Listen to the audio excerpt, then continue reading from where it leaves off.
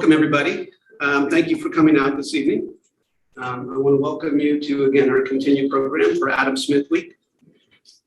I'm Professor Peter Calcano, the Director of the Center for Public Choice and Market Process, and I want to welcome you and encourage you to continue to come to our events the rest of this week, as well as to learn more about the Center for Public Choice and Market Process. We have a variety of information on the back table over here, so please feel free to grab information to learn more about what it is that we do. The mission of the Center for Public Choice and Market Process is to advance the economic, political, and moral foundations of a free society. And we do this through a variety of programming here, through our economics book colloquiums, our all year round free market speaker series, our regional reading groups, and we have, of course, Adam Smith Week, which is our marquee event and literally is on the marquee of the Satillion Theater this week, right? So please check that out. In addition, we have our faculty research fellows, and we try to bring faculty in to share their research through our PPE workshop. So I just want to encourage you all to learn, if you're interested in learning more about the center, to check out any of our social media platforms. We are on everything but Snapchat. I have to draw lines. So, but Twitter, Facebook, Instagram, and LinkedIn. So please look us up and you'll find more information for us. There's videos of all of our events, almost going back from the beginning. So if there's something that you found interesting and a speaker that we've had in the past, and we've had quite a few speakers, we've been doing this now for 14 years, please check out our video library. I do want to, at this point in time, bring up one of our market process scholars who will introduce our speaker for this evening.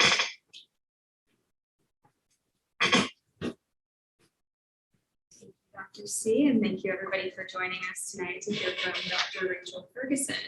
So Dr. Rachel Ferguson is the director of the Free Enterprise Center at Concordia University in Chicago, as well as the assistant dean of the College of Business and a faculty member. She is also an affiliate scholar at the Acton Institute, which is a think tank whose mission it is to promote a free and virtuous society characterized by individual liberty and sustained by religious principles. She coordinates the Classical Liberal Network, a collection of interdisciplinary liberty-oriented faculty from across the nation, which aims to engage with constitutional law and economics at the faculty, undergraduate, and high school levels. She travels extensively to train her network faculty in the Socratic seminar discussion technique and program development. Ferguson was a visiting scholar at the Eudaimonia Institute in 2020, working on her current book project, Black Liberation Through the Marketplace. She and her co-author, Marcus Witcher, hope to appeal to the interested but non-academic reader who wants to think through the history of Black America in a way that resists our current polarized discourse. Ferguson and Witcher chronicle America's painful racial history while also bringing much needed attention to the richness of Black institutions and culture, resulting in an account which is both heartbreaking and hopeful. She received her PhD in philosophy from St. Louis University.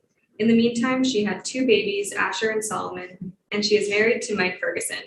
She is a passionate member of the St. Louis community, working with organizations such as Love Ballou and Gateway to Flourishing to bring economic development to the most under-resourced neighborhoods in an effective grassroots way. You can follow her op-eds, podcast appearances, and blog posts at rachelfergusononline.com. Please join me in welcoming Dr. Rachel Ferguson tonight.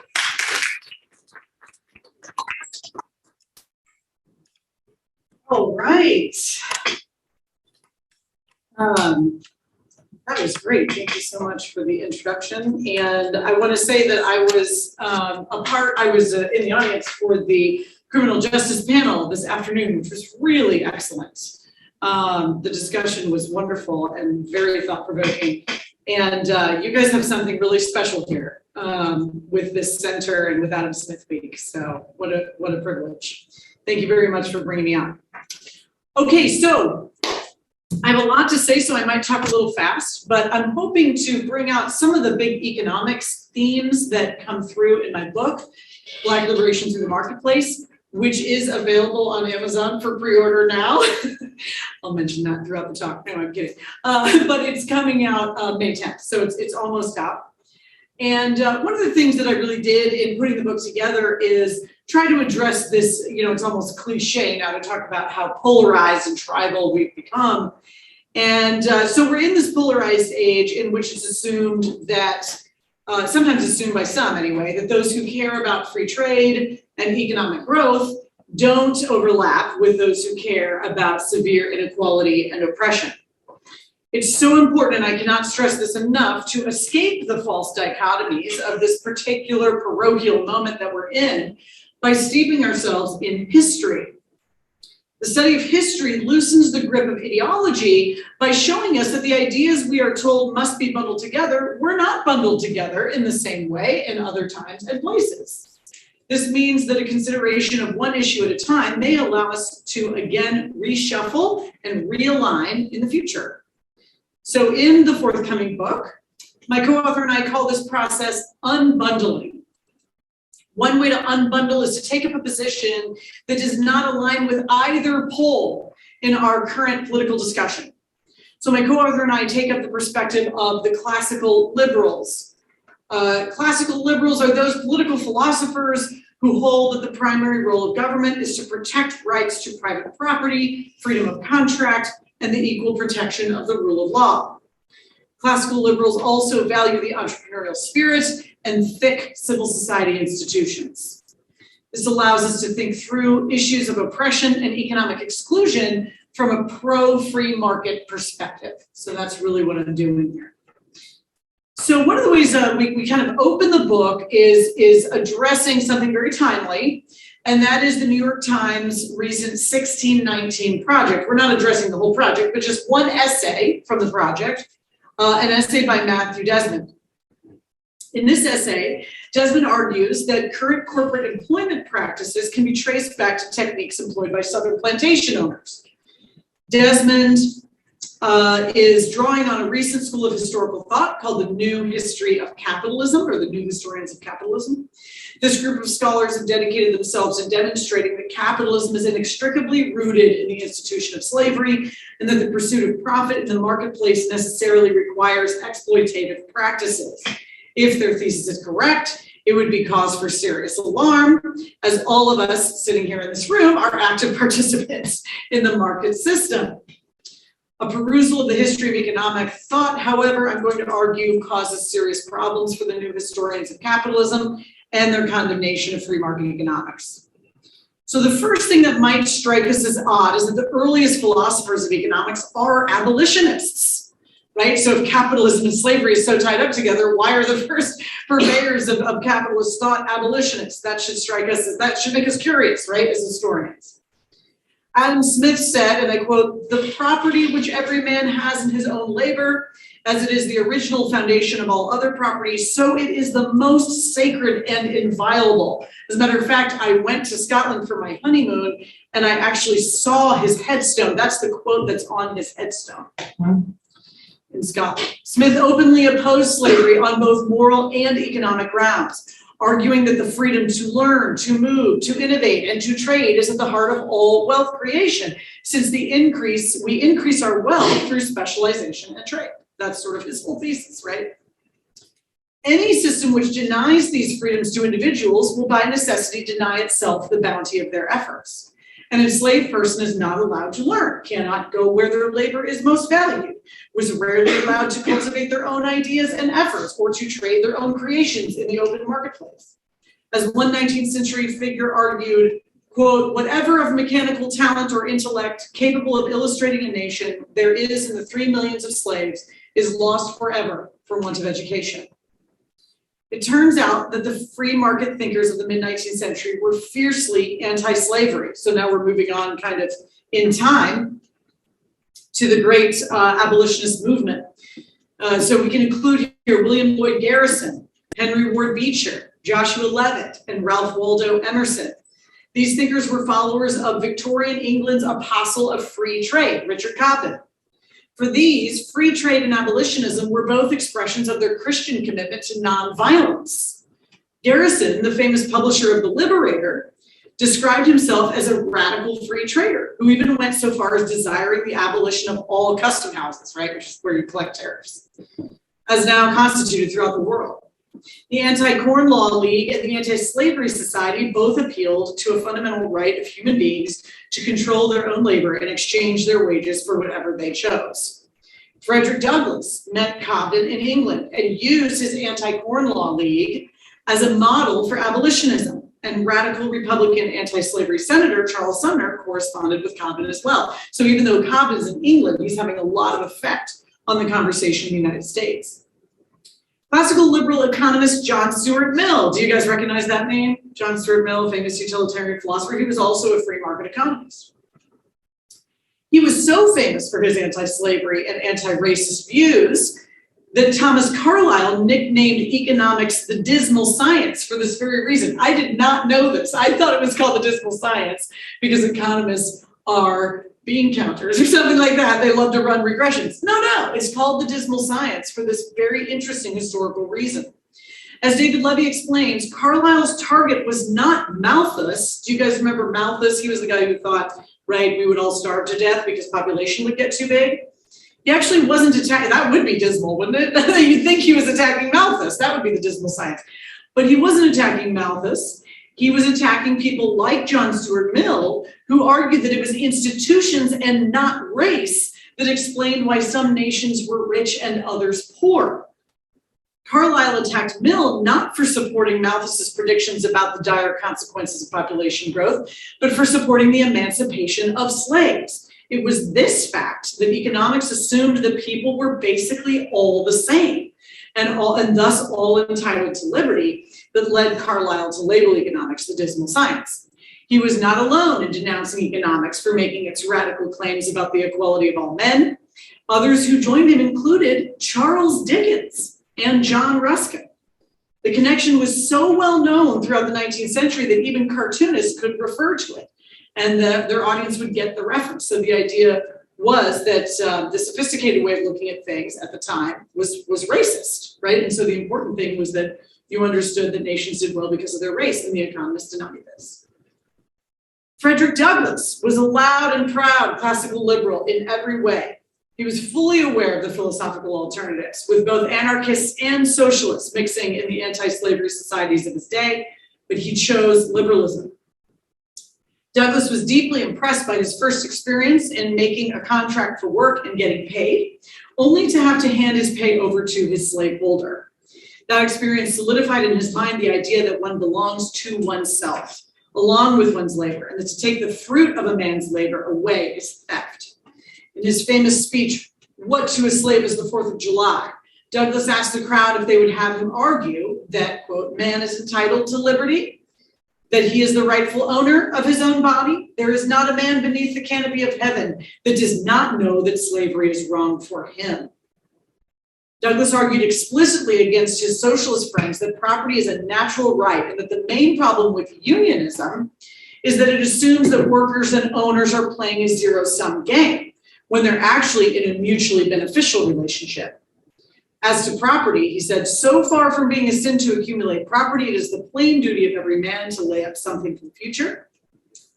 As to the mentality of the unions of his day, their idea that, quote, "every piece of bread that goes into the mouth of one man is so much bread taken out of the mouth of another," was not, quote, villainy, but rather merely honest stupidity. Since a productive economic system creates new wealth rather than simply redistributing what already exists. And that's what I mean by zero-sum game. So if you assume that sort of the pie is fixed, right? Then if my piece gets bigger, I've had to have stolen it from you. But if you don't assume that the pie is fixed and you can actually grow the pie by being innovative, then I can actually make myself richer and make you richer at the same time. Right. And so Douglass thinks that it's not that there's something wrong with people being in unions and negotiating in a group. It's more that the particular unionists of his day had this zero-sum game perspective.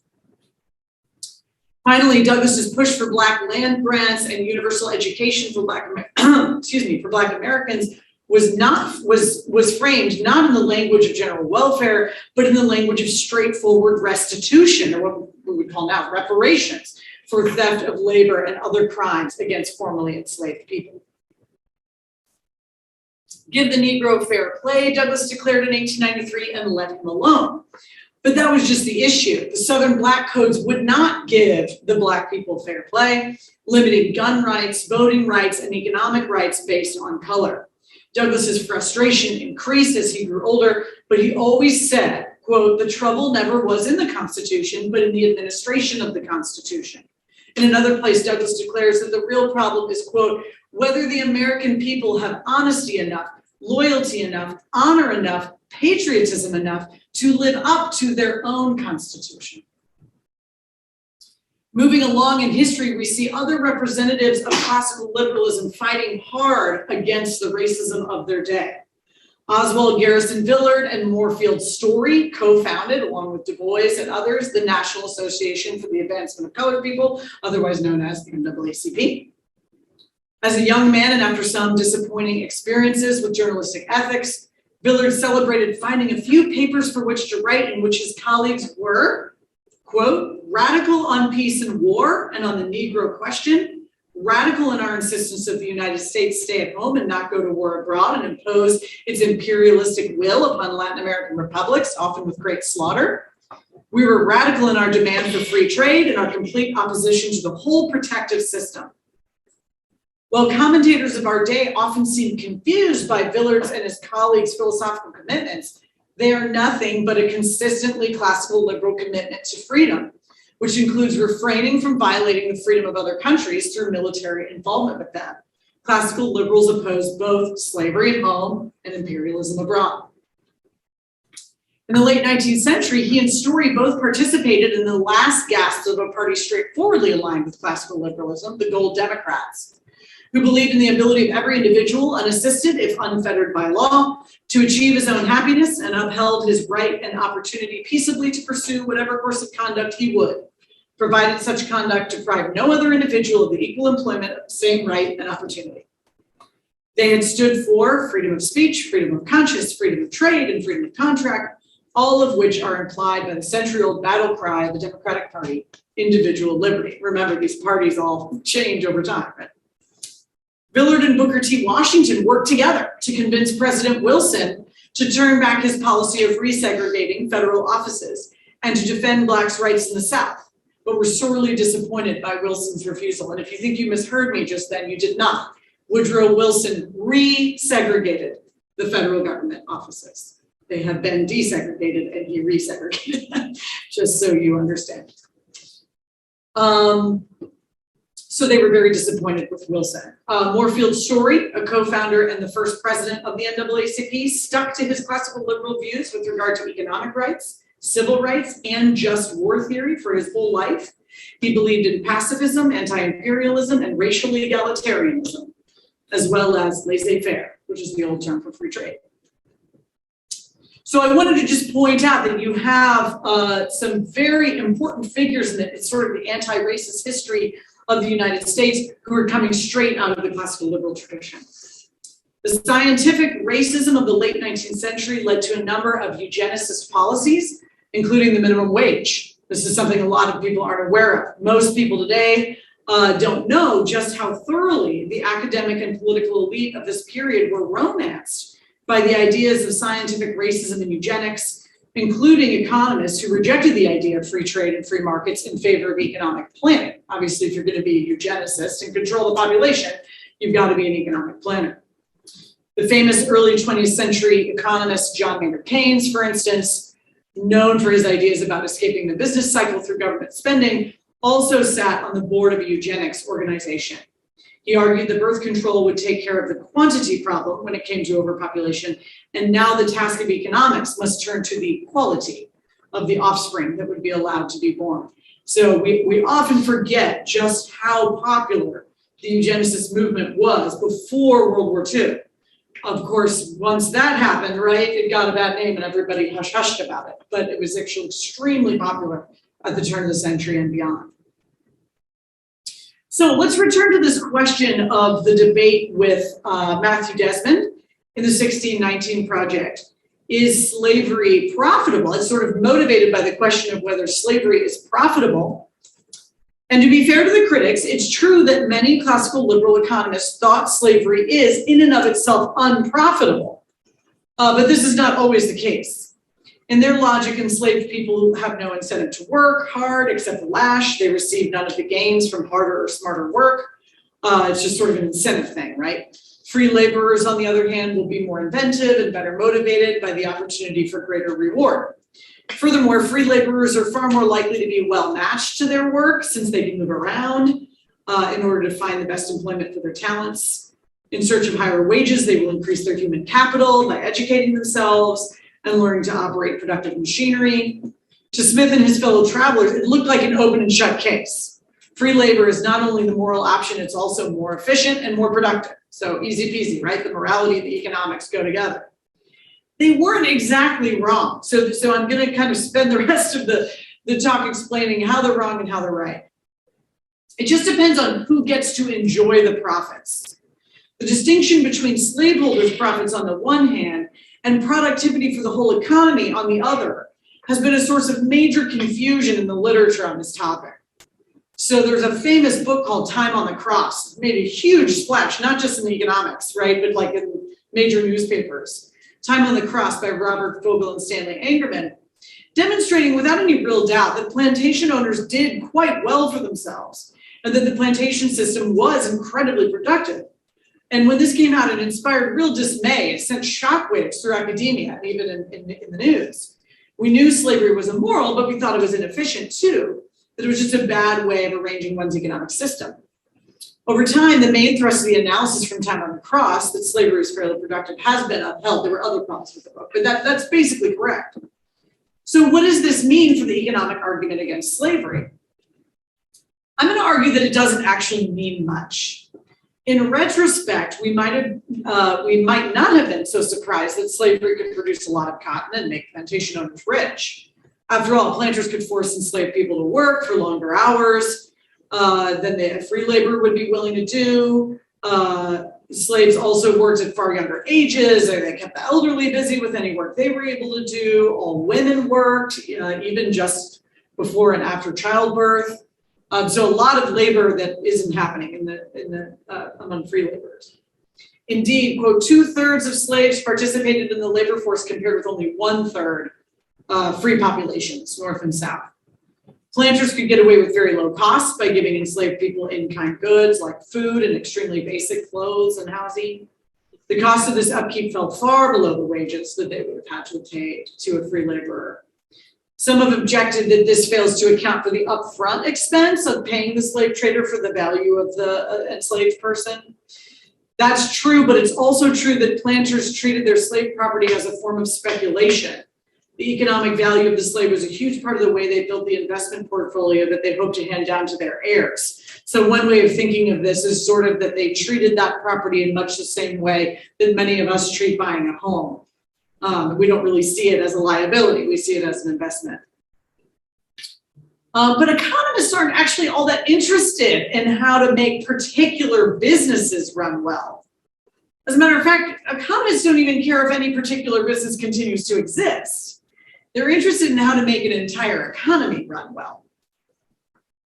That includes thinking about which institutions we need in order to encourage efficiency and innovation so that people who are not especially wealthy or powerful can have good lives. I mean, this was really what Adam Smith was drawing attention to, right? It's not that there was an economic change that was making the nobility wealthier. It's that there were economic changes underway that were making regular people wealthier, day laborers, right? As Adam Smith would say, little else is requisite to carry a state to the highest degree of opulence from the lowest barbarism, but peace, easy taxes, and a tolerable administration of justice, all the rest being brought about by the natural course of things. And as Nathan Nunn, an expert in the economics of slavery, succinctly concluded after tracking slave use and the economy over many decades, Southern county by Southern county, the data shows that slave use is negatively correlated with subsequent economic development. This is just what must be done when we consider whether slavery is profitable. Most slaveholders in antebellum America made money, and some became the richest men in the country.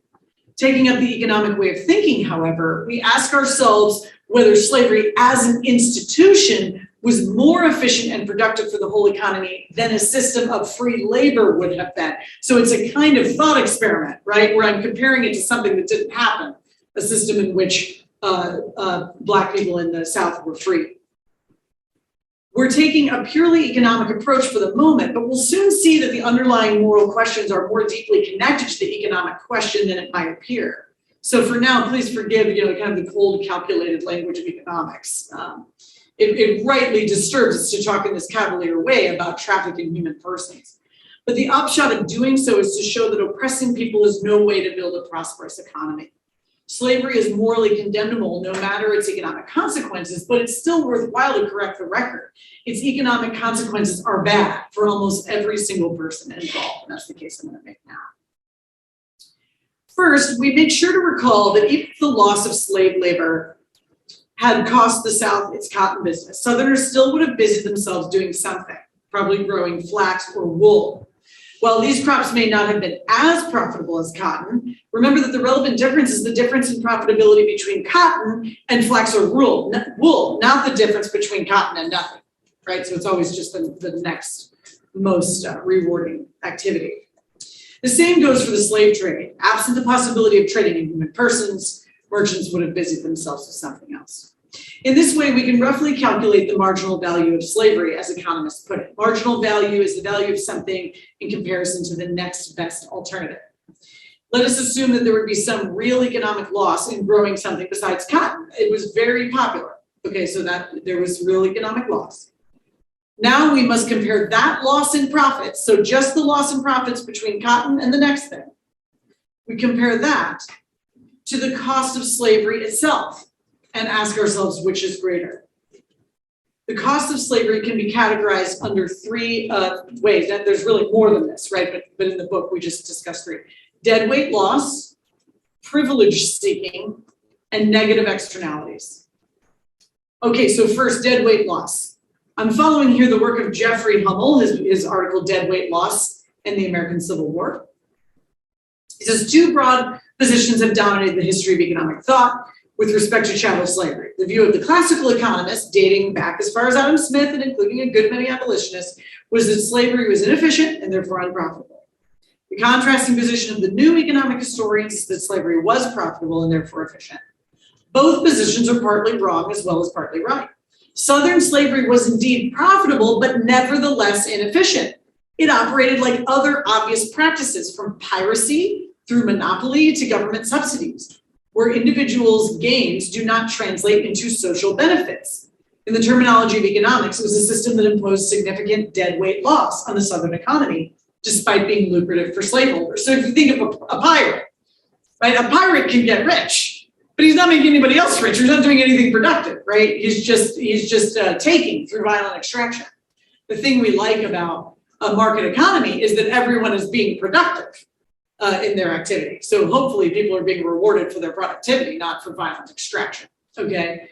And so that's a good way to think about the idea of deadweight loss. So the pirate is actually he's getting rich, but he's a deadweight loss on everybody else, right? He's dragging down the economy because now we're just dealing with a criminal and we've got to protect ourselves from him and so forth.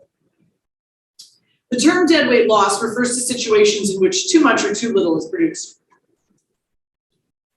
It must be taken into account that slaves were coerced into working far longer hours than they would have done if they'd been free. Actually, you see, after the war, they work much less when they're free. However, this does not mean that these long hours were spent efficiently. After all, enslaved people could not invest their own human capital, education, nor could they go where their labor was most sought after, etc. Since the enslaved resented their enslavement, they would often purposefully underproduce, a kind of sabotage. After all, slaveholders made them work as many hours as possible and for no greater reward. So the slave system created losses all around by taking enslaved people away from better uses for their labor, making them give up leisure they would have preferred had they been free to choose, forbidding improvement of their human capital and incentivizing them to create fewer or worse products with the effort they did put out. Remember that efficiency is always in terms of some goal. Efficiency can't be a goal, it's only a means, right? It's not an end. So you're always efficient in terms of some goal. For economists, the goal is the maximization of people's preferences, and the preferences of the enslaved count just as much as everyone else's preferences, right? This is why John Stuart Mill was derided by racist thinkers of his time, because he was counting everyone's preferences equally. Furthermore, they were compensated only in terms of food, clothing, and shelter. While it may be true that due to the immediate availability of food on Southern farms, most slaves ate fairly well, there's every reason to think that their compensation under a system of wage labor would have been much higher, particularly since difficult and risky jobs usually extract a higher wage. The desperation of white planters after the war to bid laborers away from other planters or tried to limit workers' movement just goes to show that had they been free to move around and make enforceable contracts, they could have bid up their wages. So you actually see this after the war with sharecropping. They threaten to leave the farm and often do leave the farm, go work for the other farmer, and they bid up the percentage of shares that they get from 10 to as high as 50% after a few decades. So that ability to move, that threat leverage, right, that you have over your employer is how you bid up your wages, but they were not allowed to leave.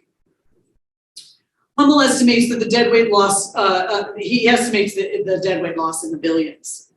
Economic costs caused by the trauma of being enslaved, both during and after legal slavery, are beyond calculation. Enslaved people experience high rates of PTSD, addiction, illness, and suicide, all of which crush economic flourishing for them personally, removing their contributions from the economy, and some of which fall on the community and costs of care. And you can actually observe this today because there are slave economies in the world right now. As Henry George put it, the enslavement of part of their number could not increase the wealth of a people, for more than the slaveholders gained, the enslaved would lose. The cost to the state of enforcing a coercive system, Hummel also estimates in the billions. This could include overseers, manhunters, slave codes, which were very confusing because the property had volition, right? It didn't make any sense. Legal costs of both those laws and the prosecution of slave rescuers, military defenses against acts of sabotage and rebellion, as well as the destruction of the acts themselves, police costs for protecting the Black Americans from re-enslavement, commerce bans on abolitionists or potential abolitionists, colonization schemes. We must remember here that these costs were borne by everyone in the country, but the gains from such enforcement redounded only to the slaveholders, right? So as the federal government and state governments had to pay for all of these things, they were not gaining anything from it, only the slaveholders were. Finally, there remained a cost to poor whites in the South, even though it is incomparable, of course, with the losses experienced by the enslaved. The Southern economy suffered such that the free labor wages of whites were bid down by being in competition with slave labor. These non-slaveholders also overwhelmingly paid the cost of the slave patrols. I actually didn't know this. They were sort of drafted into going after runaways, breaking up gatherings, conducting random searches and all of that. So they were kind of enslaved themselves for brief periods in order to do that. As participation, was compulsory. Increasingly, the plight of those who were even then referred to as poor white trash is getting more attention from historians. There is increasing evidence of friendship and cooperation among poor white and enslaved Black people in endeavors such as underground markets. Just recently, I heard an interview with a historian talking about the fact that poor whites in the South did not like slavery. They understood that slavery was undercutting their wages, that was bringing their wages down. These partnerships posed a constant threat to the planter class and their plain folk middle class allies. We now know that elites purposefully alienated poor whites and Blacks from one another as a form of social control. So there's significant income loss to poor white Southerners, the loss of their own freedom to military demands that had no benefit to them, and the imposition of a cultural system that undermined their voluntary economic networks. Poor white and Black Southerners would go on to suffer economically during and after the Civil War. Sherman's scorched earth policies wrought, even according to his own claim, what in today's dollars would be almost $2 billion of damage. And economists estimate that the consequences persisted until at least 1920. It was kind of salt the earth campaign coming down through the South, which made it hard to come back economically. So if we add up the various forms of loss described here, they account for more than 1/5 of the Southern economy. So that's deadweight loss, all right? Now let's talk about privilege seeking. So there's a category of economic waste that economists unhelpfully named rent seeking. I don't think most normal people know what that means. So I'm going to refer to it as privilege seeking. And in popular parlance, it's sometimes called cronyism, right? Cronyism. Assuming a generally just system in which the rules are applied consistently to everyone, privilege seeking is the phenomenon in which some try to rig the political rules or the economic environment in their own favor, not by creating a better widget, so to speak, but by messing with the system of rights somehow. Mostly when we think of privilege seeking, we think of lobbying, whether one is lobbying to get, say, government subsidies, to establish regulations that one's smaller competitors won't be able to keep up with, to put in place protective tariffs for one's products, that kind of thing. And the counter lobbying is necessary, but of course also wasteful. Those who are being oppressed or extorted by an unfair privilege feel forced to lobby to defend themselves rather than just being able to go about their business. In the case of slavery, the rules were deeply unjust from the get-go, and the Southern planters were dug in enough that only rarely did anyone deem it worth their time to try to change the rules through political channels. But the existence of this persistent injustice created the constant need to shield the privilege against slaves' inevitable desire for freedom. On the one hand, these efforts include beatings and other punishments, the hiring of cruel overseers, the expense of slave catchers, the twisting of religion to justify these practices, energy spent on persuading others that slavery was acceptable, and more. On the other hand, the enslaved as well as the abolitionists were forced to expend resources to try to escape, to sabotage their enslavers' projects, to run the Underground Railroad, to finance rebellions, and to publish and persuade on abolitionism. So it's just all of these resources being expended to deal with this privileged legal position that the Southern planters are in. The main privilege-seeking cost associated with the institution of slavery, however, was the cost of the Civil War, which is really a defense against a cronyistic rights claim on the part of Southern planters. Direct military costs combined with the cost of associated economic destruction for both sides are estimated by economists at around what in today's dollars would be $285 billion. We ought to keep this privilege-seeking insight in mind as we move forward in history as well. The energy and resources expended to assert white supremacy in the South were immense. Whites lobbied for an endless train of legal changes, including black-only gun laws, laws that required employers' permission to change jobs, extra voting restrictions, pig laws, vagrancy laws, and eventually the whole infrastructure of Jim Crow's apartheid-like system. The entire civil rights movement can be understood as a grand counter-lobbying effort as well. The relevant thought here is to imagine all the possible uses of the resources spent on these efforts had the legal situation of Black Americans been settled justly. In comparison to a baseline of settled justice, all these expenses count as waste. And finally, negative externalities. In his excellent work on worldwide slavery, the poverty of slavery, how unfree labor pollutes the economy, Robert E. Wright presents a detailed accounting of the negative externalities imposed by slavery. Negative externalities are costs of an exchange that are borne by someone other than the parties to the exchange. So pollution is the classic example, which is why Wright appeals to the metaphor in his book's title. Wright's work not only adds to an appropriate accounting of slavery's costs in American history, but it reminds us that the economic analysis of American slavery will not be so different from slavery elsewhere in the world. Although American slavery was especially brutal, it operated similarly as far as economics is concerned. American slavery created the same expropriated profits for slaveholders and the same society-wide costs for the American South, as it did and still does in other slave economies. Wright divides the negative externalities into several categories. The first deals with the negative impacts on descendants of the enslaved, on potentially enslaved people, on enslaved people's place of origin, and on slaveholder culture. The second deals with effects on population growth and free labor.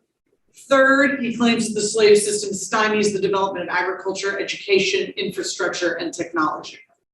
Finally, he argues that it increases wealth disparity and degrades governance and institutional equality. Wright is most discouraged by the contemplation of opportunity costs, though. The term opportunity cost refers to the things we could have done if we hadn't decided to take the particular course that we chose. When we imagine a free America in which Black people were confident in their rights and free to live as they chose, We see the creativity, the invention, the social contribution of a huge number of people that we surely missed out on because they were not free. Who could know what might have been? We've already mentioned psychological effects on the enslaved themselves, but indirectly, formerly enslaved people and the descendants of slaves were adversely affected by a lack of capital, racism, and social stigma.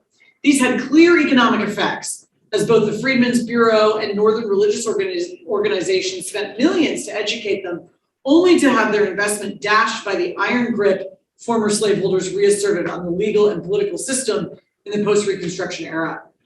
Without material capital, newly freed Black Americans could not buy land, and racism made it almost impossible even if they did have money. Remaining economically dependent on their former slaveholders and without real legal protections, Black Americans entered a period of quasi-slavery. Those who were thinking of the planters' defense, that slaves were better off here than they had been in Africa, consider this. The development of the African economy was itself more decelerated by slavery than any other continent.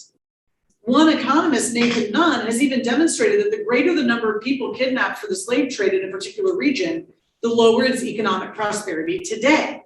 The population of Africa was devastated by the slave trade, retarding its economic growth long after the trade became technically illegal. In Western Africa, where males were preferred for trade to the New World, the sex ratio dropped to as low as 50 to 100. I mean, imagine how unsettling that is to a society to have 50 men for every 100 women. That is extremely destabilizing. And the opposite was actually the case in East Africa, where women were preferred to men and shipped to Arab nations. So they also had a gender imbalance, but going the other way. This kind of massive and lopsided depopulation completely destabilized institutions and led to famine, thus exacerbating the dependence on the slave trade. So it became a kind of snowball effect, creating yet more interethnic violence and creating a vicious cycle of economic backwardness. Once proud crops of oranges, limes, plantains, cotton, sugar, indigo, and sugarcane were abandoned to pursue slaving. Slave modes of production persisted even after the slave trade died down, as huge leaps forward in development had been entirely missed by portions of the African population. To this very day, former slaving centers have less schooling, less literacy, less formal employment, lower levels of economic freedom, and lower per capita output. Not only do these costs affect the well-being of huge portions of Africa, but think of the missed opportunities for wholesome trade and the billions of dollars in the efforts of non-governmental organizations and state-to-state aid that have been spent on that continent. After escaping the bonds of colonialism in the 20th century, but associating their slave history with capitalism, many African countries adopted disastrous socialist policies, sinking into worse economic decline and social unrest. Finally, today, there's actually a lot of economic hope for Africa. Slaveholders themselves were also negatively impacted by the practice. Frederick Douglass does a great job of explaining this when he talks about his mistress, Mrs. Ault, in his autobiography.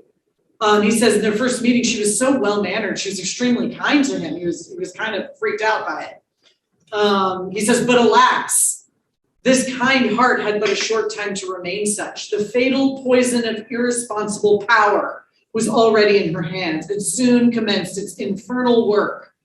That cheerful eye, under the influence of slavery, soon became red with rage. That voice made all of sweet accord change to one of harsh and horrid discord, and that angelic face gave place to that of a demon.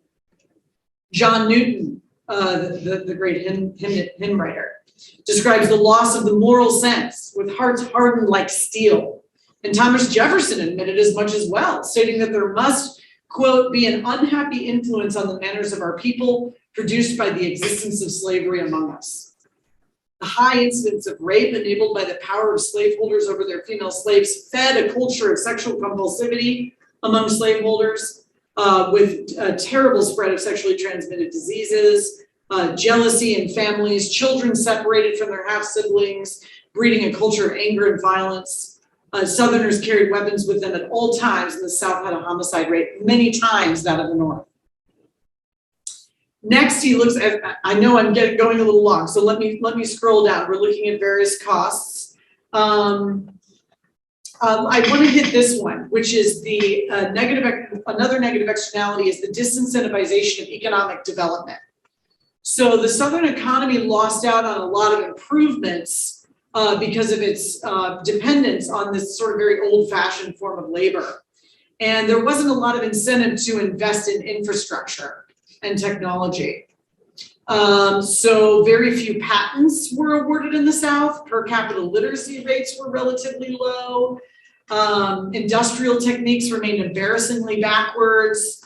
100 years after people were using the steam engine, in the convict leasing program, they had men, handing pails down a line. Just really, really inefficient forms of labor. So a kind of a backward economy there.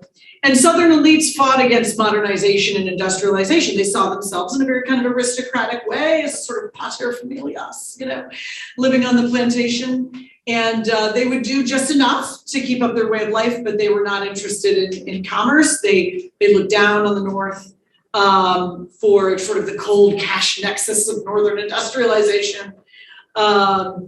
And so they remained a very, somewhat economically disinvested, we might say.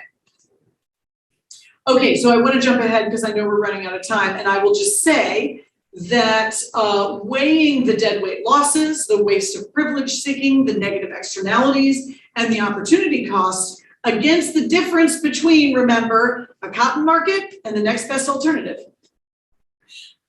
We see without any doubt that the situation in the American South was no different from economists' evaluation of slave societies worldwide.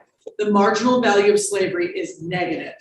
The loss of economic freedom for individuals always leads to a loss of prosperity for the whole. Moral costs are not possible to quantify. Think of the loss of the ability to act on one's own free will for those who were enslaved, or the moral stain on a nation that had thoroughly controverted its founding principles.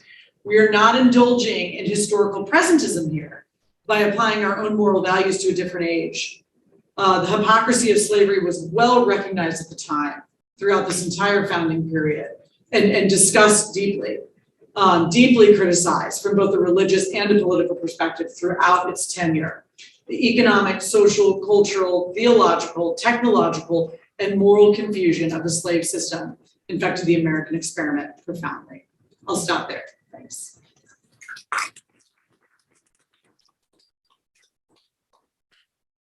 So it's time we can open it up for questions.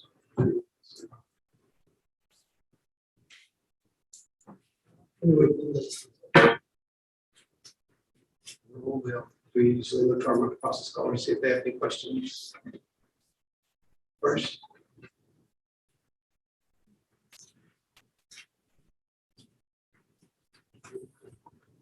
Hi, that was so great.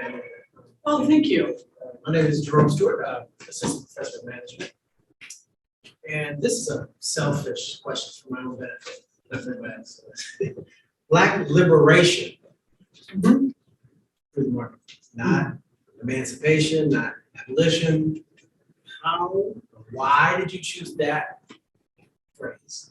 I didn't do my due diligence coming in here. I just knew the title and your name. And it's not what I expected seeing that phrase. It's not how I assume that we use, and how I've used it in scholarship, the word Black liberation maybe together. Doesn't mean it's bad. I'm just trying to think about ways that I can grow in my understanding of these terminology. Yeah, so that's a great question. I can say a couple of things to it. One is that what you're hearing here is basically from like chapter 2 of my book, and there's 10 chapters and an epilogue. So I discuss a lot more than just this issue of abolition.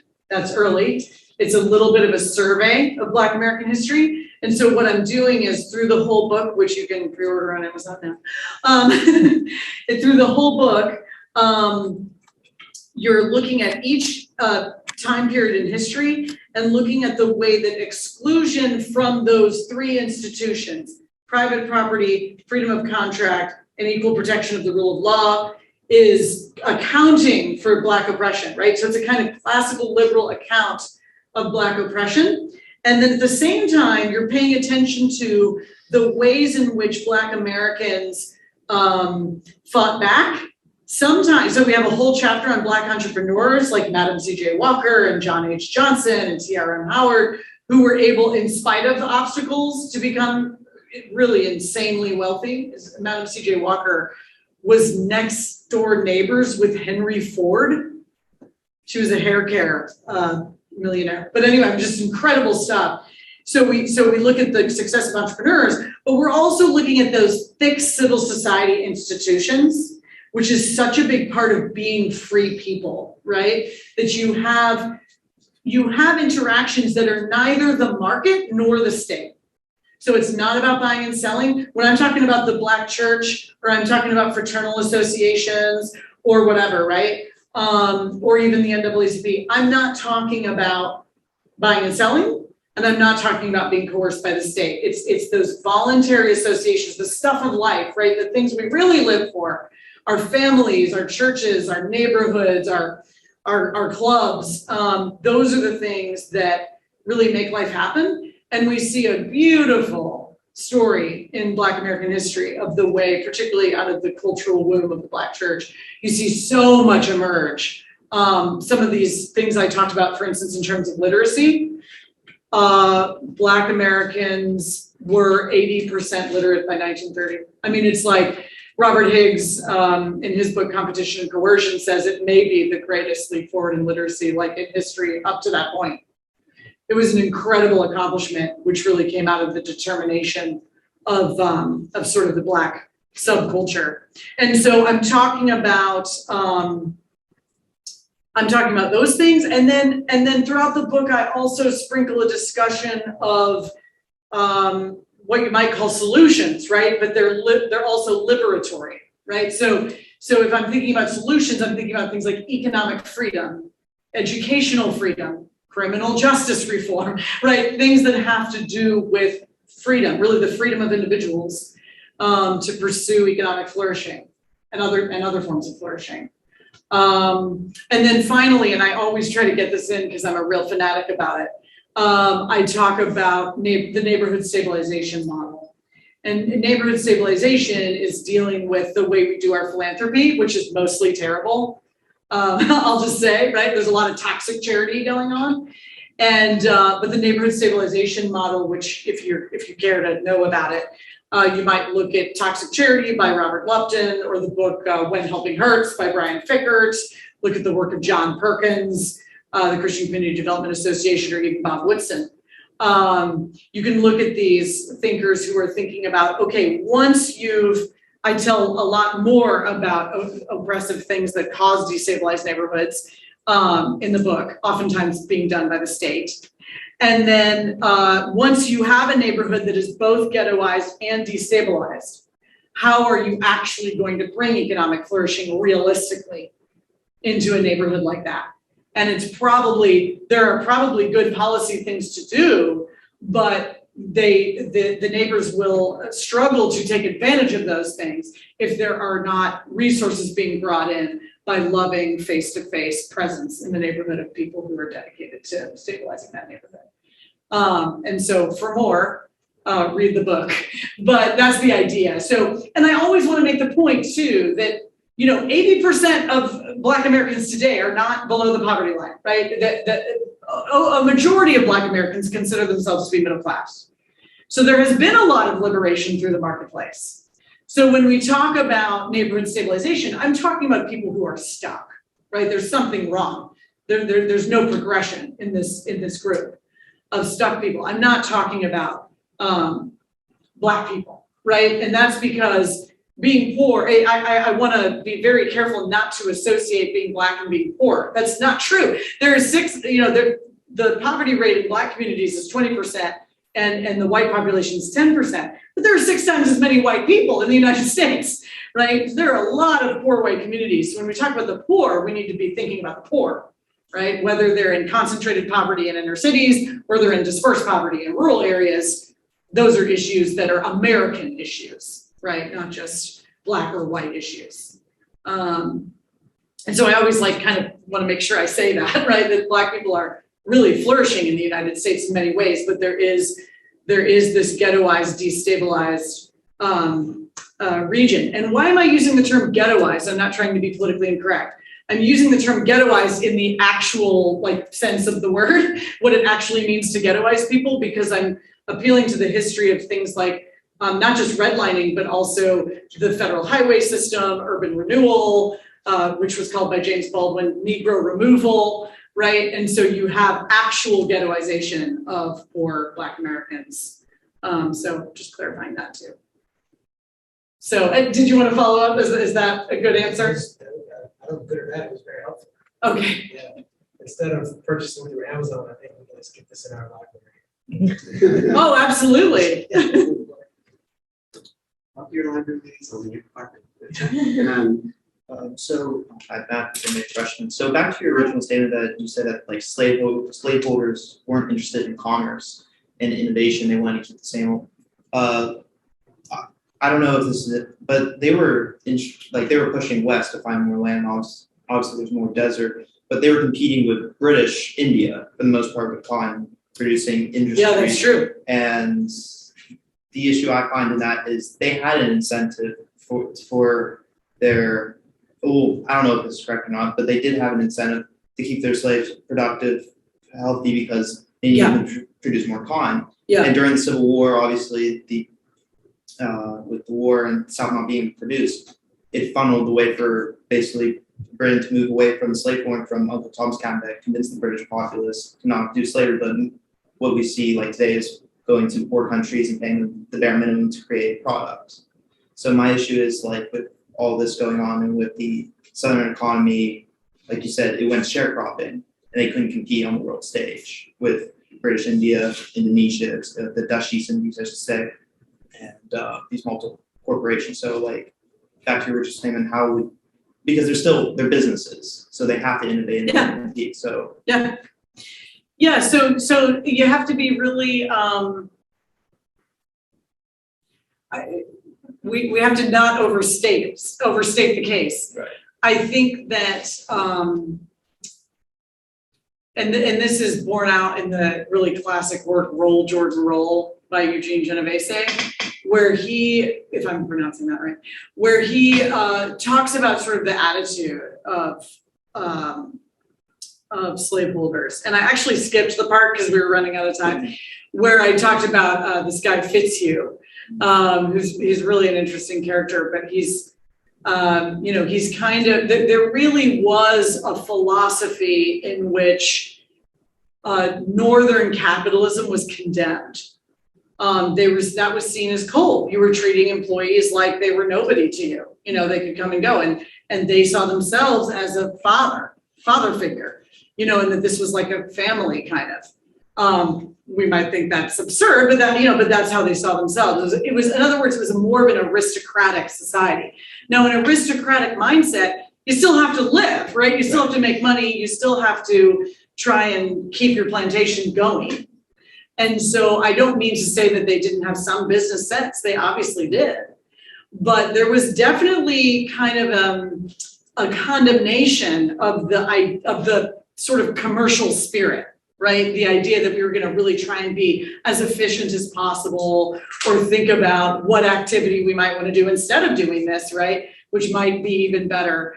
And the reason we know this is because as soon as slavery ended, all of a sudden they were starting to industrialize, right? And they're like, oh crap, we need to industrialize, right? Because they were kind of stuck with, I'm not even gonna bother building a good road. I only have to go to market once a year, So they weren't building up their infrastructure and so forth. So I think, and the economists could say more, I'm actually a philosopher, so the economists could say more about the international situation. But I think my point actually dovetails with your point about the international competition, because what you're saying is that it's not a very competitive market, right? And so once it actually has to compete on the world market, it struggles. And so during the Civil War, the North did get their cotton from Egypt. And that's a really important point, actually, because there's a lot of talk like, about, I mean, it's true that northern textiles depended on southern cotton, but it's not true that they had to, right? They didn't have to depend on slave-made cotton. They clearly didn't, because they didn't during the Civil War, right? And so once I'm going back to that sort of thought experiment idea where you're like, what would have happened if we hadn't allowed this? I think that the claim of the new historians of capitalism is that we wouldn't have been as rich or we wouldn't have been as market oriented. And my argument is the opposite, right? We would have been richer. The whole country would have been richer if the labor had been free. Does that make sense? Yeah, that makes sense. Okay, yeah, but your stuff about the international stuff is really interesting. I need to think more about. Well, because Yeah. the Suez Canal opens in 1869, and that connects, and that was my main issue, like, would have slavery phased out either way if they kept slavery and the Civil War didn't happen, because then that would be a faster, it's like the Panama Canal opening up the world stage to the global market. It was gonna come either way during the Industrial Revolution, so I didn't know if that was I don't know if that went far into your book, or like, since you discussed it. I didn't get into that, but yeah, I guess the logical extension of my argument would be that you would do a lot better of a job of being ready for the world stage if you were already trying to be efficient and not trying to just sort of support your, hanging out on the porch with a glass of lemonade lifestyle, if you know what I mean. Yeah. Yes. I have just a question. You might touch on this more in your book. I'm not sure if this is actually a question to ask, but can there be any distinction drawn between the impact on Black liberation between slavery and Jim Crow, as in which was more detrimental to Black liberation? Is there any distinction that could be drawn there? Such an interesting question. Comparing slavery and Jim Crow. Okay, here's what I'm gonna say. I'm gonna go past Jim Crow a little bit because I want to get into that highways and urban renewal and all of that as well. Which I guess could be included in Jim Crow. Yeah, but it was done in northern cities and, I think that if you're thinking of detrimental in terms of the long-term consequences, I think that bizarrely, Jim Crow might be worse. And the reason I say that is, and I'm not saying I know why that is, but the reason I say that is because the minute emancipation occurred,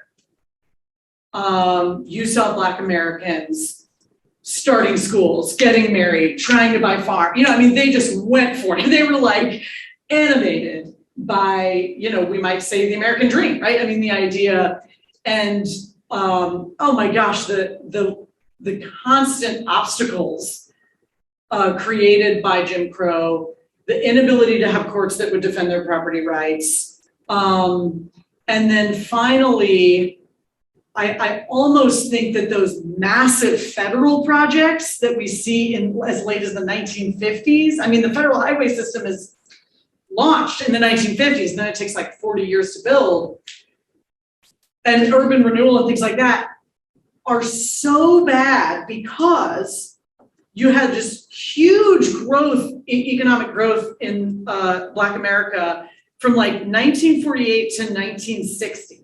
Where literally the poverty rate dropped from 89% to 41% or something. It was like nuts. It was like cut in half. And there were just huge leaps forward in terms of education and all of this. And you'd think, oh, okay, now we're at civil rights. We're just going to be rocking and rolling now, right? But what happened and this is where we really get to the classical liberal insight about civil society and thick civil society institutions. If you have neighborhoods where that's where your business networks are, that's where your fraternal societies are, that's where your church is, that's where your families are, that's where your extended families are. If you go into every neighborhood in every major American city, which is what happened, because the federal government handed bajillions of dollars to these municipal guys and said, put the roads where you want them, and you blow right through the Black economic center, what you've done is you've completely sent the civil society institutions to the four winds. How are you going to reconstitute that? That's really, really hard, right? Because just geographically, You know, it's just now you just gotta go find a place to live. In many cases, they claimed eminent domain, but they didn't even pay the people for their houses. I mean, you know, this has happened consistently. And so I almost blame those big, huge federal projects for the struggle, the current struggle, more, you know, in some sense. You see what I'm saying? Yeah. But that's there's so many factors there, right? I mean, you could talk all night, you know, about how to weigh them. But it's such a weird counterintuitive thing to see just how much Black Americans thrived. Frederick Douglass was very impressed by it. There's a famous quote by him where he's like, it's only been 15 years and look at us, you know, we're reading, we're starting college. I mean, he was so impressed. And so you have so much progress and then just the constant pushback. I mean, people's awareness, for instance, of the Tulsa Race Massacre is a good example, where you have a really thriving, you know, Black town, right? And these people are doing very, very well. And because of race envy, it is destroyed in 3 nights, right? It's destroyed. I mean, so if you tell people, hey, just work hard and you'll make it, right? And then they do it, and then you burn it down, right? I mean, that is so frustrating.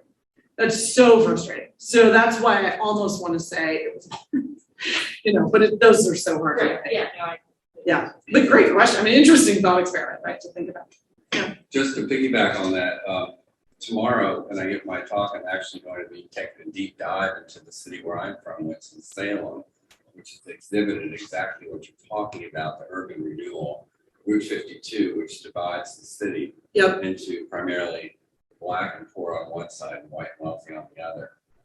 So we're going to take a deep dive into that tomorrow if anybody wants to hear more in depth about what happened in one particular city and how it's making it very hard for people to escape. Yeah. Yeah, and if you really think as I do, I'm just like a normal person when it comes to economics. Like I just sort of accept like the current neoclassical view on economics.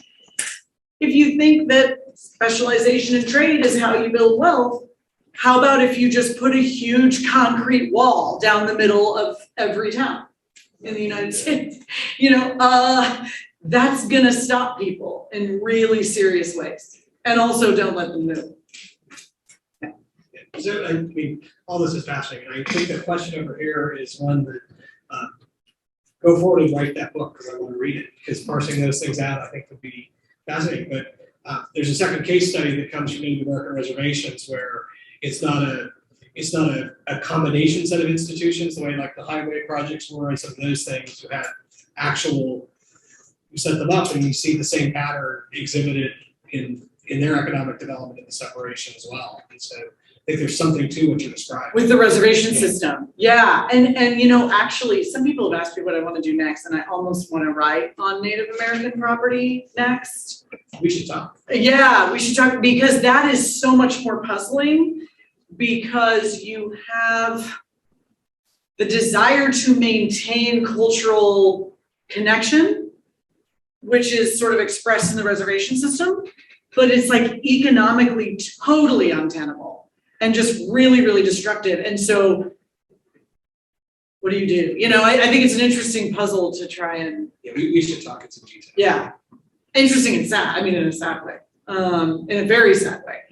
The Native American population is doing very badly in the United States. I mean, it's almost impossible to overstate how badly they're doing. Yeah. So I'm going to take the prerogative as always of offering the last thought or comment on this. Get you to sort of wrap up on this, maybe. Sort of to last question, right? Why is it, you know, were they innovating, were they not innovating? So how could they afford not to innovate, right? And I think you get in that, the privilege, because if you think about this, basically what they were given is a giant subsidy. Yeah, exactly. Right? Government's given them a giant subsidy in the form of their labor that allows them to compete where they otherwise wouldn't have been competitive. Yeah. So that said, right, it's not to suggest that there's obviously overt racism, but the overt racism and its ability to to succeed, so to speak, or to have the dominating effect that it have, right? That doesn't come through the market. That comes only when we can use the power of the state. And so maybe just end sort of on that, in that, right, what allows these institutions and the sort of racism as we know it, the Jim Crow and the other things, is not because, it's not simply because people are racist, which they are, right? But because the state then allows it to afford to be racist. You can be cheap, and you can force others to engage in these racist activities. Yeah. And so maybe end on that. Sure. Yeah, no, I mean, that's kind of the ultimate point, right? Is that the vast majority of the oppression of Black Americans in our history is state-sponsored. It's really important to see that. And I think you see it, there's really interesting cases where companies, streetcar companies and train companies are trying to get cases to the Supreme Court so that they don't have to have segregated train cars and things like that. Why? Because like, even if they are racist, I don't know whether they were or not, many of them were in the North, so maybe they weren't, but it's too expensive and it's alienating to their customer base and things like that. But it's required by the state laws or by the municipal laws. So it's not like every person who ran a diner just didn't want Black people in their diner. No, it was a law. It was a municipal law. I wasn't allowed to trade with you. Well, that's violating your freedom of contract, friends, right? And so we never get to see what might have happened if people had, if it had been laissez-faire, right? Hands off. If people had simply been allowed to, sort of get used to each other and follow the profit seeking. I mean, another example of this is employers. Oftentimes employers, this might ruffle some feathers to say, but it was true. Douglass, even Du Bois at times, and definitely Booker T. Washington, really hated unions. And one of the reasons they hated them is because they were super racist. And oftentimes employers were happy to hire Black workers. And it was the unions who didn't want their job to be a Black job. They wanted it to be a white job, right? And so they wanted to keep Black workers out. And Black workers often found a great friend in employers who were happy to hire them, right? But then weren't allowed to because of the empowerment of unions through the various labor acts that you see, for instance, in the 1930s. And then what happens? Something like the Davis-Bacon Act, where the federal government agrees that they'll only use union labor on all their jobs. So what does that mean? That means no Black people can be on those jobs because there are no Black people in the unions. And you see James Baldwin talking about this as late as 1962. He's talking about being excluded from Black people being excluded from unions. And so that history is rough. I mean, it is really rough. But I think Dr. Calcano is absolutely right that the upshot, the point here is that if we actually have the freedom of contract, if we actually had honored the property rights of Black Americans, if people had simply been free to exchange in a free market, things could have gone very, very differently. And it took an incredible amount of effort to stop people from exchanging with one another. That's what all the Jim Crow laws were. That's what all the white supremacy campaigns were. They were stopping people from doing what they wanted to do. If people didn't want to do it, they wouldn't have had to gone to so much effort, right? And passed all these laws. They had to do it because people were trying to exchange with one another. And so they had to stop them. Well, on that note, I want to thank everyone for coming out this evening. Let's thank again Dr. Ferguson. Our last major event is tomorrow at 3:30 in the afternoon, back here in Wells Fargo Auditorium. Dr. Craig Richardson, as I mentioned, will be speaking, right, and talking about Dodd-Frank and its impacts on his community and others, right? So please join us again tomorrow. Again, if you want, there's information about the center, so please grab a pamphlet, right? Take a pen, just notice inconsequentially, if you will, right? And hopefully we'll get to see you tomorrow. Thank you all for coming out.